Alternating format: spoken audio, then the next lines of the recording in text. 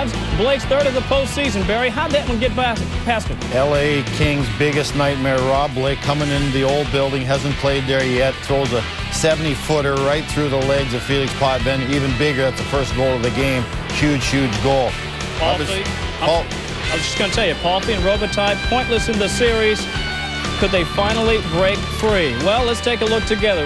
You pick it up, Bear. Well, Palffy and Robitaille and Stumple have not been scoring, so they wanted to add some fire into the lineup. Unfortunately, they took a couple bad penalties, but a coach will never get mad at players out of aggressiveness, and that's what these players are showing. They want to win, they want to play physical, and they did it all game long. Physical indeed. You see Joe Sakic right there, run right into the boards. Injured shoulder, we're not sure of the extent. Two-man advantage for L.A., down 1-0, and they make the Avalanche pay. Palffy and Robitaille get on the board. That one beats Patrick Roy. We're all tied at 1. Later, it's a 1-1 game in the second. Puck gets tangled up by the official. Hayduk flying right across, and he has friends in the right place at the right time. As in Peter Forsberg on the doorstep, it's a 2-1 Colorado lead, Ray. Yeah, Ziggy Palffy wanted to get involved in the game here. Unfortunately, so did Rob Blake. So Blake hits him one time, then he runs over him a second time.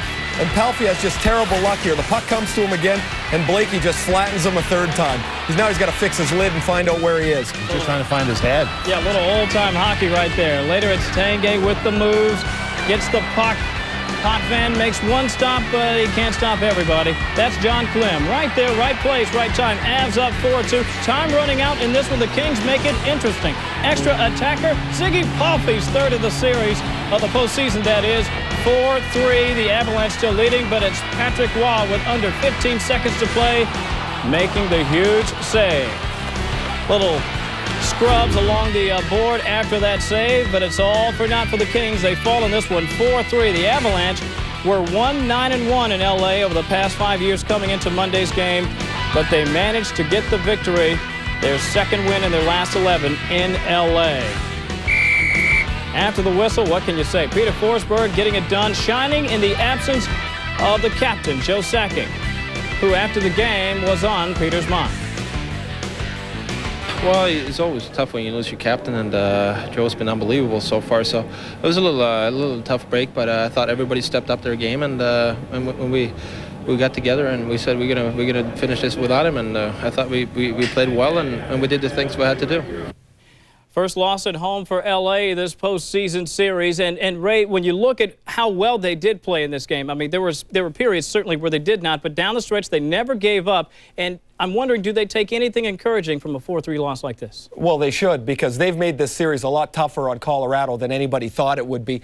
And what the Kings had talked about doing early in this game was getting some production from Palffy and Robitaille.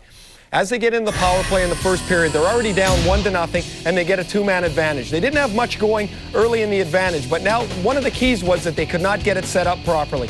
Here, Robitaille gets the puck behind the net. Now, he's not supposed to be behind the net, so they get it worked out into this box and one. Here's Smolinski on the top, Schneider over here, Ziggy Palffy where they want to run the play through, Joseph Stumple's way on the offside for the one-timer, and Luc Robitaille in his spot right in front of the net. As the play moves along, Schneider goes down to Palffy, and Robitaille's right in front of the net, battling with John Clem. You see Palffy with the puck.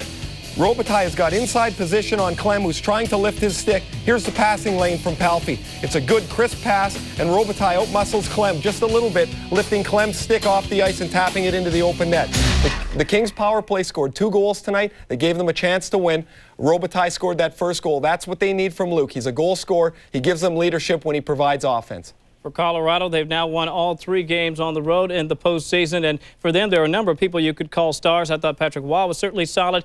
Raymond Bourque played 30 minutes, as did Rob Blake. I thought the stars of the stars tonight for Colorado were fantastic. Patrick Roy has come under a lot of heat, especially in Game 1, where he admits he was awful. He wasn't awful tonight, folks. He was great, because L.A. really went to the net. There was a lot of traffic, and Patrick continually saw the puck very well and made the saves. I thought the defense finally played a real solid game. Foote was fantastic. Blake was great, and Bourque, as you mentioned, and Clem got the winning goal. And up front, when Sakic went down, I thought Forsberg elevated his level. He made an unbelievable pass to Hayduk on the 3rd goal of the game. He was involved in all the plays physically and offensively, and I thought Hayduk and Drury, the other 2 of the superstars, really played well tonight. So the Avalanche needed all their stars, because this was a hard-fought game. It was not easy at all.